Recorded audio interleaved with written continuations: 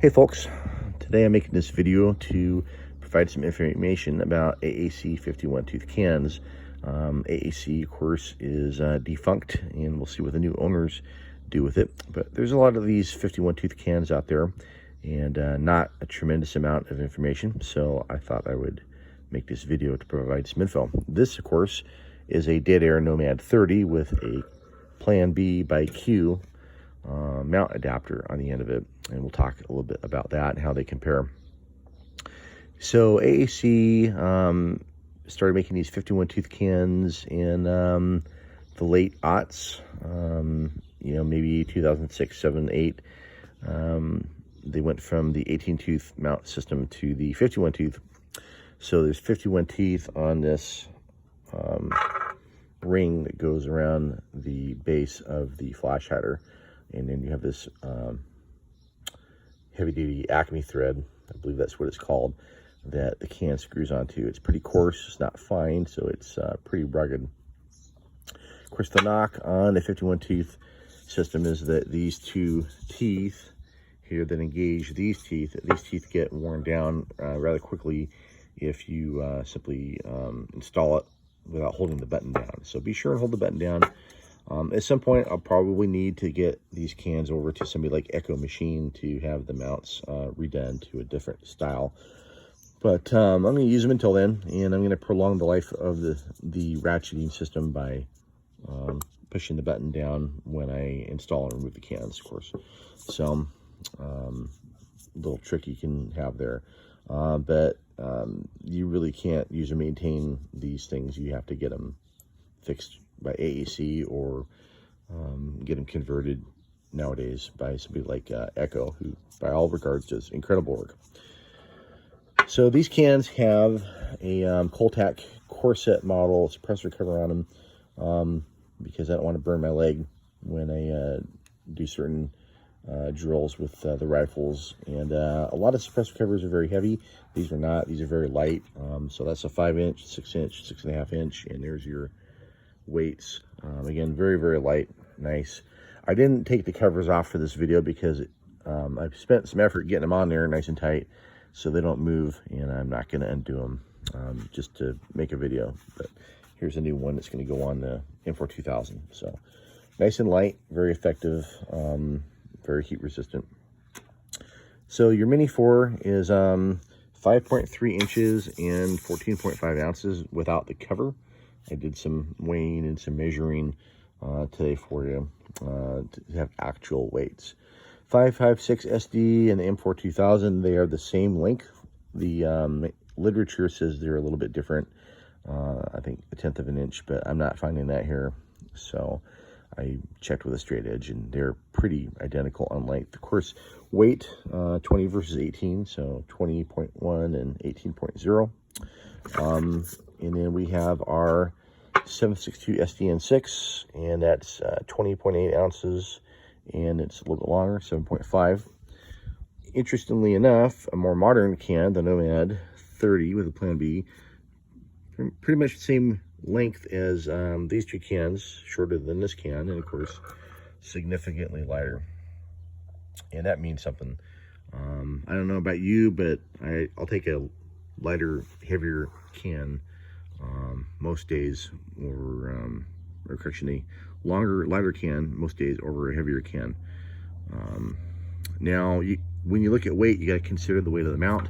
This is their 18 tooth flash hider mount, and or correction, 51 tooth flash hider mount, and this is 4.5 ounces. That's a pretty good amount of steel on the end of the muzzle, and you tend to notice it a little bit.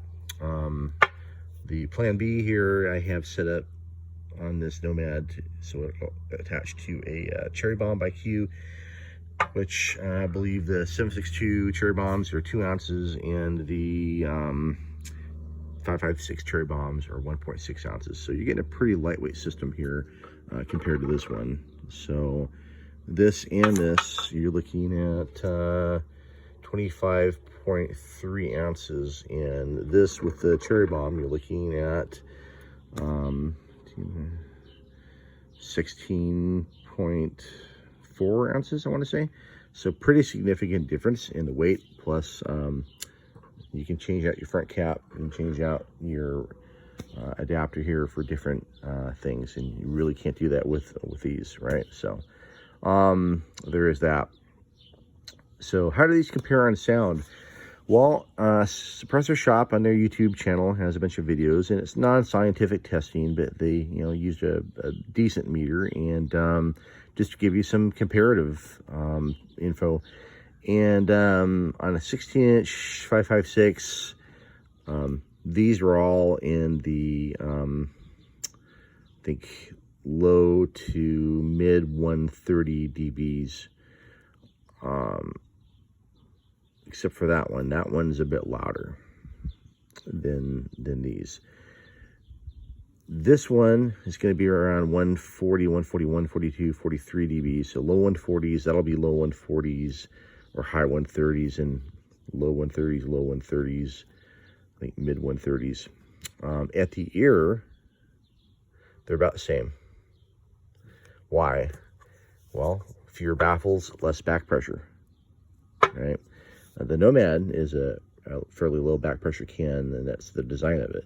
Really cool can, by the way. Pick one up if you can. I highly recommend it. A great can. I love it.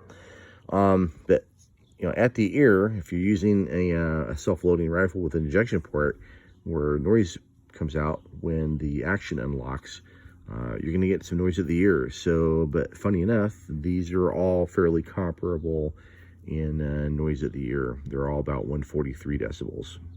Now, Jay at Pew Science, I'll give him a plug.